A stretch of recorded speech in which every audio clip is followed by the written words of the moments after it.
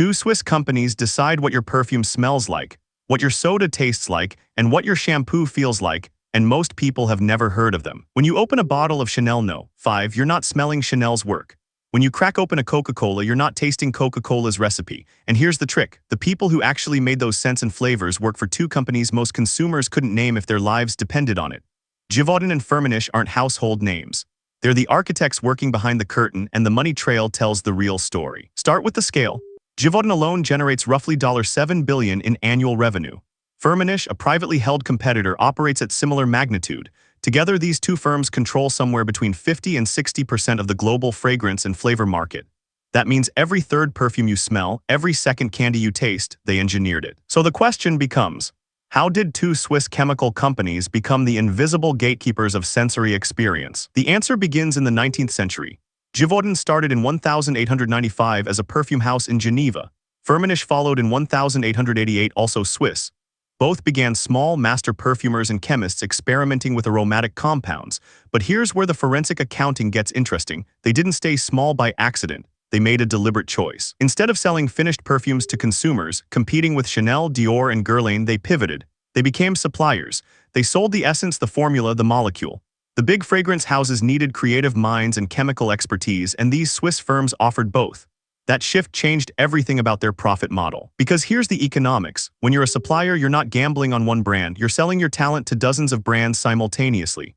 Givaudan creates a floral note for Lancôme, a woody base for Tom Ford, a fresh citrus for a mass-market drugstore brand. Each contract pays. Each brand pays. The risk is distributed. But becoming a supplier required something else: innovation infrastructure. You can't be the Gouda for fragrance if you're working out of a small lab, so both companies invested heavily in R&D. Givaudan built research centers across the globe in Switzerland, France, Spain, India, China.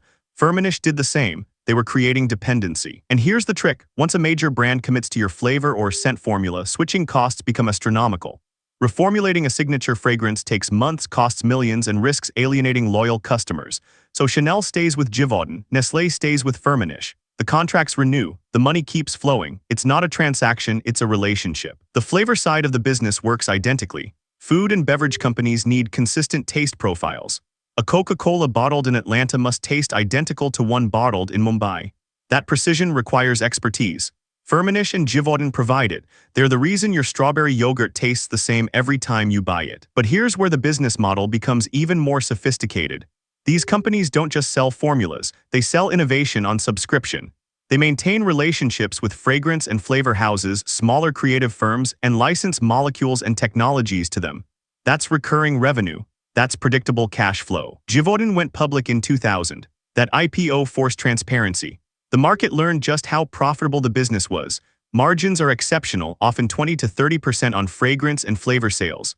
That's better than most consumer brands themselves achieve. The invisible architects were more profitable than the visible ones. Firmenich remained private, which is strategically interesting. Staying private means no quarterly earnings pressure, no activist investors demanding short-term returns. Firmenich could reinvest profits into long-term R&D without shareholders screaming.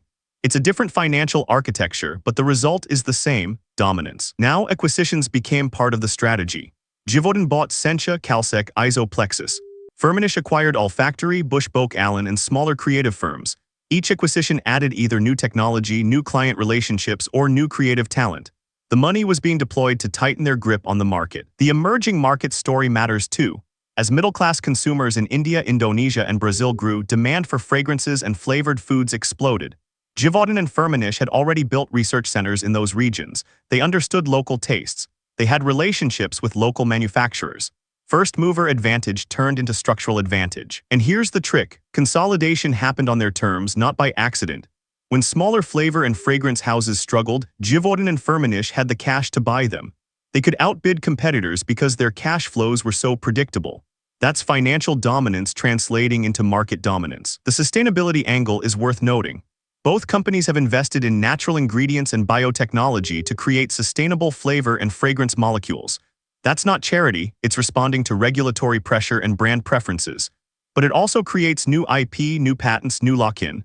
The moat gets wider. So we return to the original question. How did two Swiss chemical companies become the invisible gatekeepers? The answer is a combination of strategic choices made over 130 years. They chose to be suppliers instead of brands. They invested in R&D before competitors did. They built relationships instead of transactions. They moved into emerging markets early. They acquired strategically. And they built switching costs so high that leaving became economically irrational. Today, when you buy a fragrance or taste a flavored product, you're not just buying from the brand on the label. You're buying from decades of chemistry, relationship management, and strategic capital allocation. The money flowed to the people you never heard of. And that invisibility is precisely the point, and precisely what made them powerful. This video is for educational and informational purposes only and is not financial advice. Always do your own research. Subscribe so you don't miss the next breakdown of how hidden business architecture shapes the brands you thought you understood. This video is for educational and informational purposes only and is not financial advice. Always do your own research.